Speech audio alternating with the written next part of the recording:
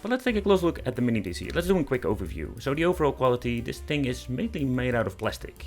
So that's one thing. At the front we're having 2 USB ports, and headphone jack, and a microphone, and of course the on and off switch. So everything what you're going to be needing is at the front. At the back we don't have a lot of USB ports, only in simple ones, 2 over there, and we do have a USB 4, so that's good.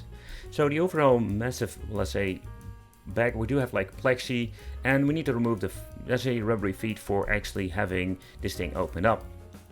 So the configuration of this, let's say, mini PC is slightly different, where a lot of these mini PCs are using metal cases or metal housing. Gives a little bit of a premium feel. But let's open it up. Let's see what we can find on the inside. Let's be very gentle, because sometimes they're sticking something to it. Yep, like I thought.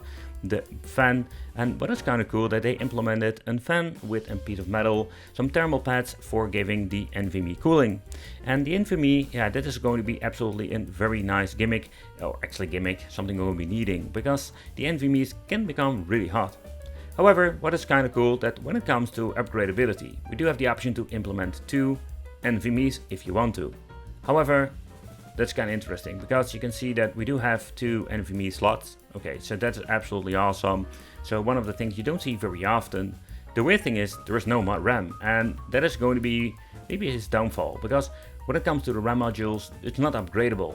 We have like 16 GB, that's going to be enough for most of these, let's say, simple work or playing some basic gaming, and of course a little bit of an emulation, but the overall construction, it's quite simple. This is the massive cooling, and I can tell you when it comes to the cooling, it's just good enough, with the simple reason because it's quite silent. But when it comes to, let's say, the overall configuration, we cannot upgrade the RAM, and I was quite surprised seeing this, because normally we do only getting this with really cheap mini PCs, and that is not the case over here. This is not like a really, let's say, budget model. It's still a very nice, affordable one. Okay, so there's one thing I actually wanted to do is looking into what kind of CPU or chipset we're actually going to be using, or what they're using. So this is an interesting one. We're having over here the AMD Ryzen 5. This is the 7545U. This is the first time I've actually seen it. So it's actually made for premium laptops, and of course they're using this in the mini PC. So let's go to the general specifications. So when it comes to this, it is actually the 7000 series, but it makes sense, of course, Captain Obvious.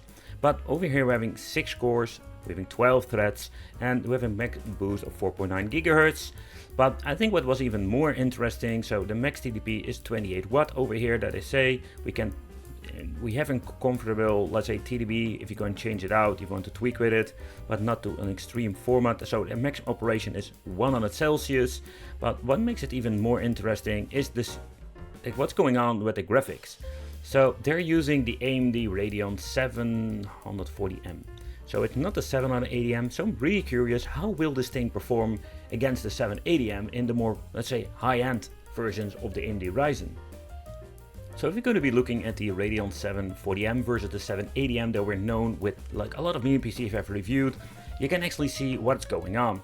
So when it comes to the wattage and everything, so the 740M is not that powerful. Let's say 50% less power than the 780M. And what's kind of cool, they have like this statistic where you can actually check out what's going on, what kind of different GPUs and how much power it is. So you can actually see that the 780M is getting really close to the GTX 1650. It's like a little bit of a small, let's say, difference between it, but that's what makes this 780M pretty cool.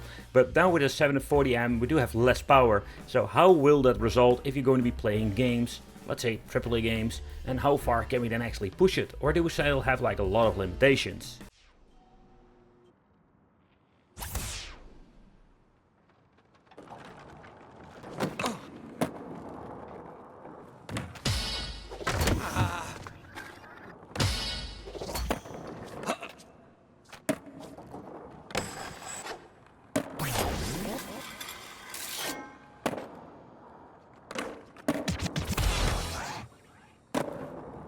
So moving on with some killer instinct. Killer instinct. So when it comes to particular games like these, it's also like when you notice like certain games you can just play them full out. It's going to be having no problems whatsoever. However, like I mentioned before, and in the stats, the 780M is a really powerful onboard GPU, and I love that thing because we can play all kinds of cool games. But with the killer instinct, I'm going to be putting it on full HD resolution, but we're going to be having low graphics with everything shut off, like shadows and bloom effect, etc.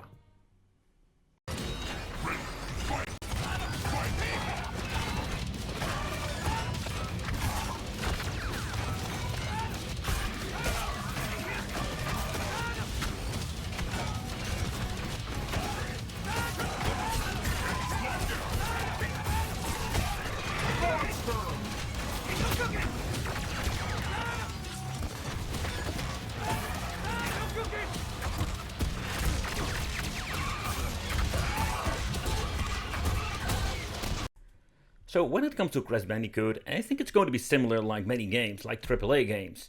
Of course, some of them are going to be more demanding, like in Doom or let's say in Cyberpunk, but I just want to give like an example. So in here we're having like full HD, try to get a maximum for 60 FPS, but everything has been shut off, or having put in low resolution settings. With Tony Hawk we did like a medium mix, and you know that didn't have like the full 60 frames per second, but the overall performance was okay, playable. But let's get into some Crash Bandicoot. It's time for some crashing. Yeah!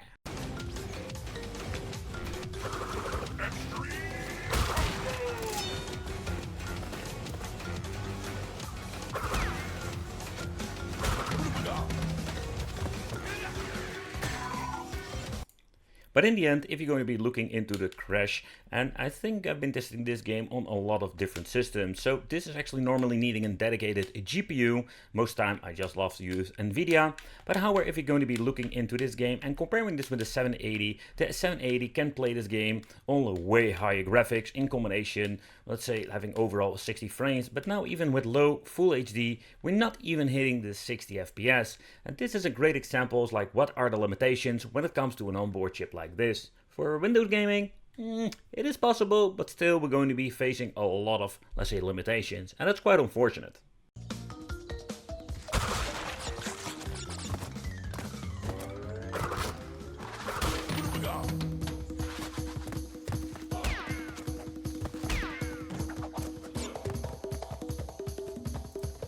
But what you can actually see is that I'm messing up the game. That's one thing for sure.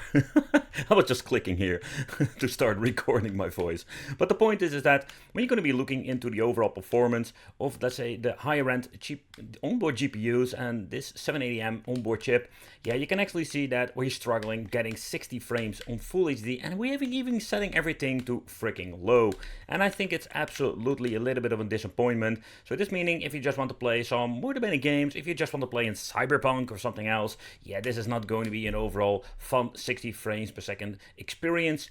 With a 50, it's going to be playable in my opinion, but this is not, of course, the way you want to play.